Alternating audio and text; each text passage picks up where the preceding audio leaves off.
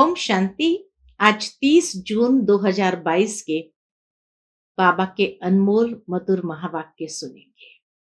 आज की मुरली में बाबा कहे, बच्चे, तुमने बाबा से जो प्रतिज्ञा की है उस पर सदा कायम रहना है। धरत पड़िए धर्म न छोड़िए। अगर किसी कारणवश प्रतिज्ञा टूटती है तो बाबा कहे तुम्हारा रजिस्टर खराब हो जाएगा। फिर बाबा ने कहा कि ये यात्रा पर तीखा जाना है, अर्थात तीव्र पुरुषार्थी बनना है, तो सदा स्वदर्शन चक्र को फिराते रहो।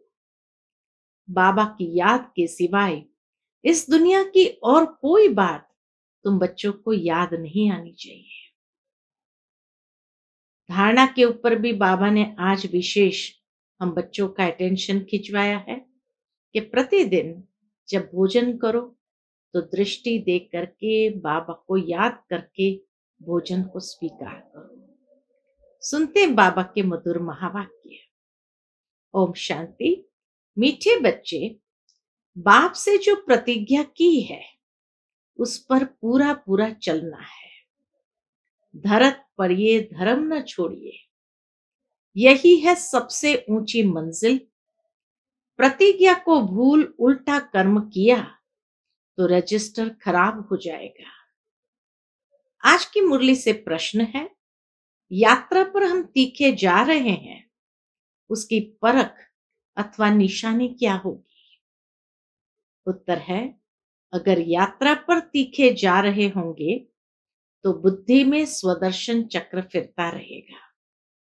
सदा बाप और वर्षे के सिवाय और कुछ भी याद नहीं होगा।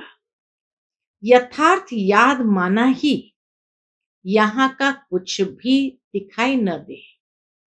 देखते हुए भी जैसे नहीं देख रहे हैं, वह सब कुछ देखते हुए भी समझेंगे कि यह सब मिट्टी में मिल जाना है। यह महल आदि खलास हो जाना है। यह कुछ भी हमारी राजधानी में न था न फिर होगा। आज की मुरली से पहले गीत बजा है, माँ जी मेरे किस्मत की। ओम शांति। यह गीत की लाइन वास्तव में रॉन्ग है।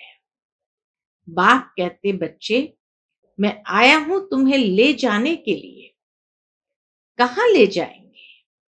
मुक्ति और जीवन मुक्ति धाम। जितना उच्च पद चाहे उतना लो। ऐसे नहीं कि जहां चाहे वहां ले जाओ।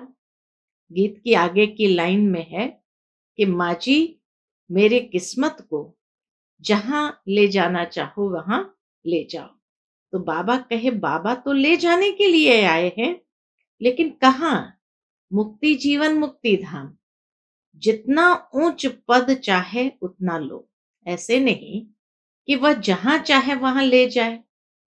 चाहते तो सभी है कि पुरुषार्थ करे, परंतु ड्रामा अनुसार सभी पुरुषार्थी एक जैसे तो नहीं बनेंगे। यह तो अपने ऊपर बच्चों को कृपा करनी है। ज्ञान सागर तो ज्ञान और योग सिखलाने आए हैं। यह है उनकी कृपा। उनका सिखाना ही उनकी कृपा। टीचर पढ़ाते हैं, योगी योग सिखलाते हैं, बाकी कम जास्ती सीखना तो उनके ऊपर है। तुम जानते हो कि हम सभी सत्य के संग में बैठे हैं, ना कि झूठ के संग में। सत्य का संग एक ही है, क्योंकि सत्य है ही एक। सतयुग की भी स्थापना वही करते हैं और सतयुग में ले जाने के लिए पुरुषार्थ भी करवाते हैं। सच का एक श्लोक भी है कि सच बोलना, सच चलना, तभी सचखंड में चले जाएंगे। ऐसा कोई श्लोक होगा तो बाबा कहे, सच बोलना, सच चलना, तभी सचखंड में चले जाएंगे। सिख लोग कहते हैं कि सत श्री अकाल। एक ही वो सत्य बाप सबसे श्रेष्ठ है, अकाल मूरत है। उनको कभी काल खाता नहीं। मनुष्य को तो घड़ी घड़ी काल खाता है। तो तुम बच्चे सच्चे सत्संग में बैठे हो। भारत जो अभी झूठ खंड है, उनको सच खंड बनाने वाला एक ही बाप है। देवी देवताएं सभी बच्चे हैं। यहां से देवताएं पुण्य आत्मा पने का वर्षा ले जाते हैं। यहां तो झूठ ही झूठ है। गवर्नमेंट जो कसम उठवाती है वह भी झूठ। कहते हैं कि हम भगवान की कसम उठाकर सच कहते हैं। ओथ लेते हैं तो भी कहते हैं हम भगवान की कसम उठाकर सच कहते हैं। परंतु यह कहने से मनुष्य को डर नहीं रहता। इससे तो कहे कि हम अपने बच्चों की कसम उठाते हैं। भगवान की कसम क्यों उठाते हैं? अपने बच्चों की कसम उठाते हैं तो हिचकेंगे, दुख होगा, क्योंकि समझते हैं कि ईश्वर हमको बच्चे देते हैं। तो ईश्वर के नाम पर हम बच्चों का कसम उठाए, पता नहीं मर जाए। ये डर रहता है कि ईश्वर के नाम पर हम बच्चों का कसम उठाएं तो पता नहीं वो मर जाए, तो इसमें हिचकेंगे। स्त्री पति का कसम कभी नहीं उठाएगी। पुरुष स्त्री का कसम जल्दी उठा लेंगे। समझेंगे कि एक स्त्री गई तो दूसरी ले लेंगे। मनुष्य मात्र जो भी कसम उठाते हैं वह सब झूठ है।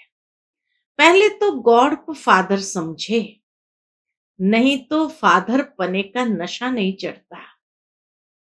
तुम बच्चे तो जानते हो सत श्री अकाल उस फादर को कहा जाता है। उस सत का नाम है शिव। अगर सिर्फ रुद्र कहेंगे तो मूंज पड़ेंगे, परंतु समझाने में कहना पड़ता है। गीता में भी है रुद्र ज्ञान यज्ञ, जिससे विनाश ज्वाला प्रज्वलित हुई है। वह भी यहाँ की ही बात है। कृष्ण के यज्ञ का नाम नहीं है। दोनों को मिक्स कर दिया है। कृष्ण और परमात्मा दोनों को मिक्स कर दिया है। समझाया गया है कि सत्युग त्रेता में तो कोई यज्ञ होता नहीं है। यज्ञ होता ही है एक ज्ञान का, बाकी सब है मटीरियल यज्ञ। पोथी पढ़ना, पूजा करना सब है भक्ति मार्ग। ज्ञान तो एक ही है जो सत्य परमात्मा देते हैं। मनुष्य सभी ईश्वर के लिए भी झूठ बोलते हैं, इसलिए ही भारत कंगाल हुआ है। इन जैसा बड़े ते बड़ा झूठ कोई है नहीं। यह नाटक तो बना हुआ है। इसका एक नाम है भूल भुलैया। इसे नाटक का एक नाम है भूल भुलैया, अर्थात बाप को भूल जाने से भटकना। फिर बाप आकर भटकना छुड़ा देते हैं। ये ड्रामा में हार जीत का खेल है। हार खाने में आधा कल्प लगता है, एकदम पूरा मिट्टी में मिल जाते हैं। फिर आधा कल्प हमारी जीत रहती है। यह बातें तुम्हारे सिवाय कोई भी नहीं जानते। बड़ी बड़ी गीता पाठशालाएं हैं। गीता का भारतीय विद्या भवन बनाया भी है। गीता का भारतीय विद्या भवन भी बनाया है। नाम तो गीता का बड़ा भारी है। गीता को कहा जाता है सर्वशास्त्रमय शिरोमणि, परंतु नाम बदली करने से कोई काम के नहीं रहे हैं। गीता का नाम तो बहुत चला आता है। बाप कहते हैं गीता का भगवान मैं हूं, न कि श्री कृष्ण। अभी है संगम। बाप रचयिता है। जब स्वर्ग रचते हैं तब तो राधे कृष्ण व लक्ष्मी नारायण आए। बाप आकर स्वर्ग का मालिक हमको ही बनाते हैं। बाप आकर स्वर्ग का मालिक हमको ही बनाते हैं। जगत अम्बा और जगत पिता द्वारा राजयोग तो भगवान के सिवाय कोई सिखला न सके। जगत अम्बा बहुत नामी ग्रामी है। कलश भी जगत अम्बा पर रखते हैं। लक्ष्मी नारायण व राधे कृष्ण तो अब है नहीं, कृष्ण के साथ तो राधे भी होनी चाहिए। गीता में राधे का कुछ भी वर्णन है नहीं, भागवत में है। बाप कहते हैं कि जो राधे कृष्ण थे वह अब 84वें अंतिम जन्म में है। मैं उन्हों को और उनकी राजधानी को फिर जगा रहा हूं, सभी को गोरा बना रहा हूं। ये बड़ी गुह्य बातें हैं जो तुम ही जानते हो कि हम सूर्यवंशी चंद्रवंशी दैवी घराने के हैं। हमने 84 जन्म भोगे, अब फिर से हम सतयुग में जाएंगे। अब फिर से हम सतयुग में जाएंगे। गिनती तो सतयुग से लेकर करेंगे ना। 84 जन्मों का चक्र भी मशहूर है। तुम वर्षे को घड़ी घड़ी याद करते हो ना, अब 84 के चक्र को याद करो। इस चक्र को याद करना माना सारे वर्ल्ड की हिस्ट्री ज्योग्राफी को याद करना। जितना स्वदर्शन चक्र फिरता रहेगा उतना समझो वह यात्रा पर तीखा जा रहा है। तुम जानते हो कि अब कांटों की दुनिया है। तमो प्रधान मनुष्य 5 विकारों में फंसे हुए हैं।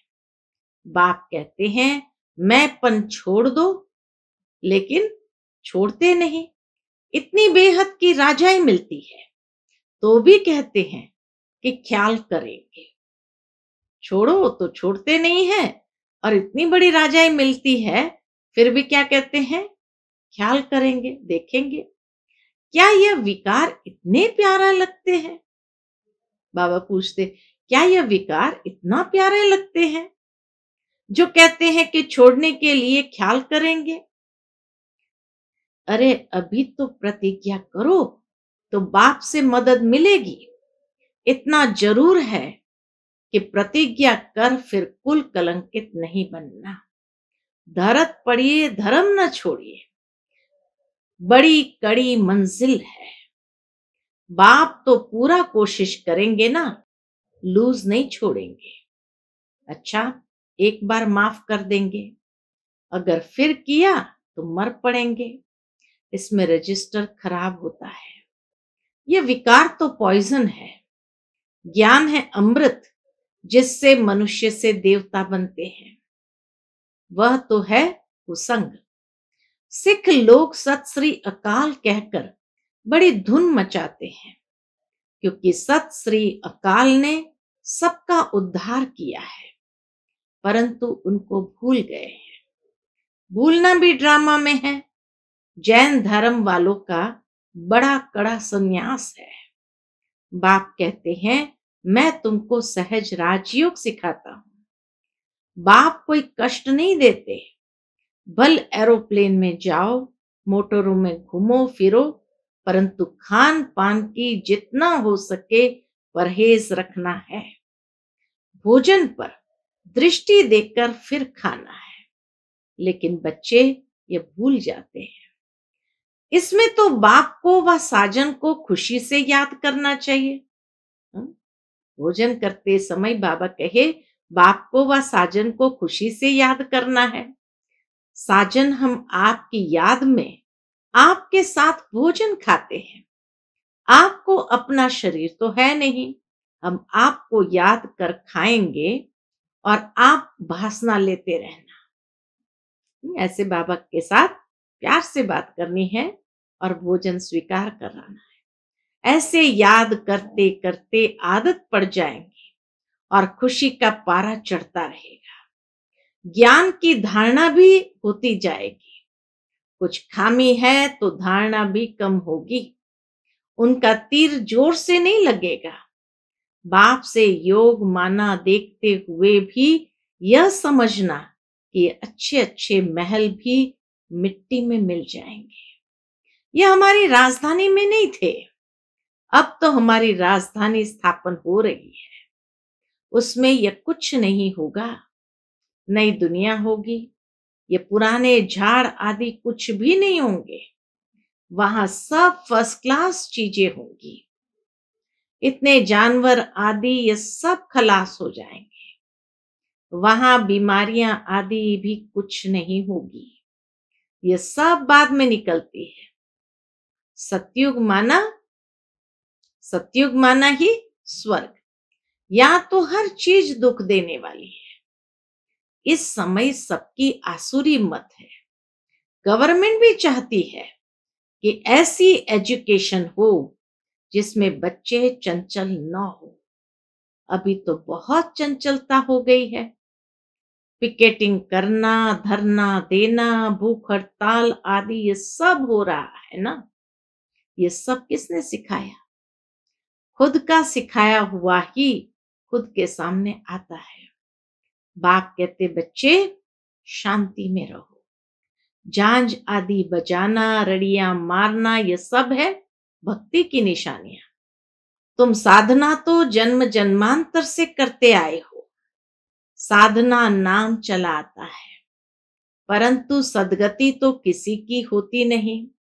तुम्हारे पास चित्र आदि भल लिटरेचर भी न हो तो भी तुम मंदिरों में जाकर समझा सकते हो कि यह लक्ष्मी नारायण पहले स्वर्ग के मालिक थे ना। उनको जरूर स्वर्ग के रचयिता से वर्षा मिला होगा। स्वर्ग का रचयिता तो है परमपिता परमात्मा, जो ही समझाते हैं। मंदिर बनाने वाले ये नहीं जानते हैं। तुम बच्चे समझाएंगे तो उनको परमपिता परमात्मा से वर्षा मिला है।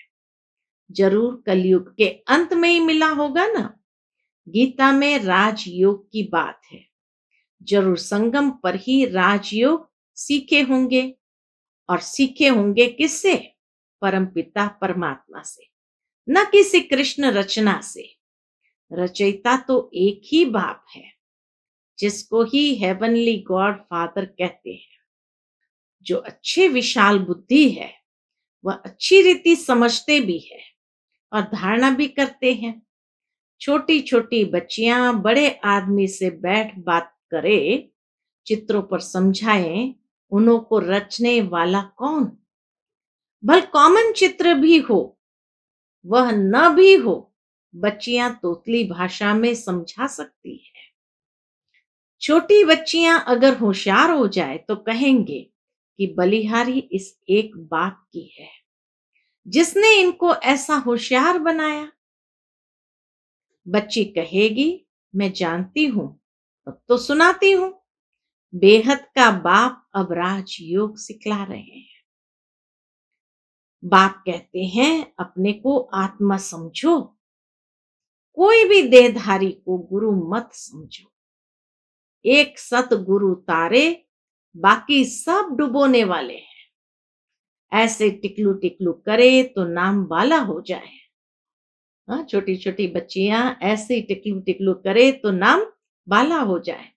कन्याओं द्वारा ही ज्ञान बाण मारे, ये दिखाए है ना। ऐसा भी नहीं कि सभी समझ जाएंगे। जो अपने धर्म के होंगे वह जल्दी समझ जाएंगे। वानप्रस्थ वालों को व जो मंदिर बनाते हैं उनको जाकर समझाना, उठाना चाहिए। हम आपको शिव बाबा की बायोग्राफी बताते हैं। सेकंड नंबर है ब्रह्मा विष्णु शंकर। हम आपको वर्ल्ड की हिस्ट्री ज्योग्राफी बताते हैं कि मनुष्य 84 जन्म कैसे लेते हैं। यह 84 का चक्र है। ब्रह्मा सरस्वती सभी की कहानी बैठ बताए। ब्रह्मा सरस्वती सभी की कहानी बैठ बताएं। यह तुम बच्चों के सिवाय कोई समझा ना सके। आओ तो तुमको बताएं कि लक्ष्मी नारायण ने राज्य कैसे पाया और फिर कैसे गंवाया। अच्छा, यह भी नहीं समझते हो तो सिर्फ मन मना भव हो जाओ। और कुछ भी नहीं जानना चाहते हो या समझते हो तो बाबा कहे उनको कहो मन मना भव हो जाओ। ऐसे ऐसे बच्चों को जाकर सर्विस करनी चाहिए। अच्छा, मीठे मीठे सिक्के लदे बच्चों प्रति माता पिता बाप दादा का याद प्यार और गुड मॉर्निंग। रूहानी बाप की रूहानी बच्चों को नमस्ते। हम सब रूहानी बच्चों की रूहानी माता पिता बाप दादा को याद प्यार, गुड मॉर्निंग और नमस्ते। नमस्ते, शुक्रिया बाबा, शुक्रिया। आज की मुरली से धारणा के लिए मुख्य सार है। पहली पॉइंट, अंदर में कोई भी खामी हो तो उसे चेक कर निकाल देना है। बाप से जो प्रतिज्ञा की है उस पर अटल रहना है। दूसरी पॉइंट, भोजन बहुत शुद्धि से दृष्टि देकर स्वीकार करना है। बाप अथवा साजन की याद में खुशी खुशी भोजन खाना है। आज का बाप दादा का मधुर वरदान हम बच्चों के प्रति है, सर्व खजानों के अधिकारी बन स्वयं को भरपूर अनुभव करने वाले मास्टर दाता भव। सर्व खजानों के अधिकारी बन स्वयं को भरपूर अनुभव करने वाले मास्टर दाता भव। कहा जाता है 1-2 हजार पाओ, विनाशी खजाना देने से कम होता है, अविनाशी खजाना देने से बढ़ता है। लेकिन दे वही सकता है जो स्वयं भरपूर है। तो मास्टर दाता अर्थात स्वयं भरपूर व संपन्न रहने वाले, उन्हें नशा रहता है कि बाप का खजाना मेरा खजाना है। जिनकी याद सच्ची है उन्हें सर्व प्राप्तियां स्वतः होती है, मांगने व फरियाद करने की दरकार नहीं। आज का स्लोगन है, अपनी स्थिति अचल अडोल बनाओ, तब अंतिम विनाश की सीन देख सकेंगे। सचमुच अपनी स्थिति अचल अडोल बनाओ तो अंतिम विनाश की सीन देख सकेंगे। जब तक स्थिति मजबूत नहीं है तो बाबा कहते कई लोगों को जैसे खून देखते ही बेहोश हो जाते हैं। तो इसीलिए अंतिम विनाश की सीन देखने के लिए स्थिति हमारी बहुत अचल अडोल होनी चाहिए। अच्छा, ओम शांति।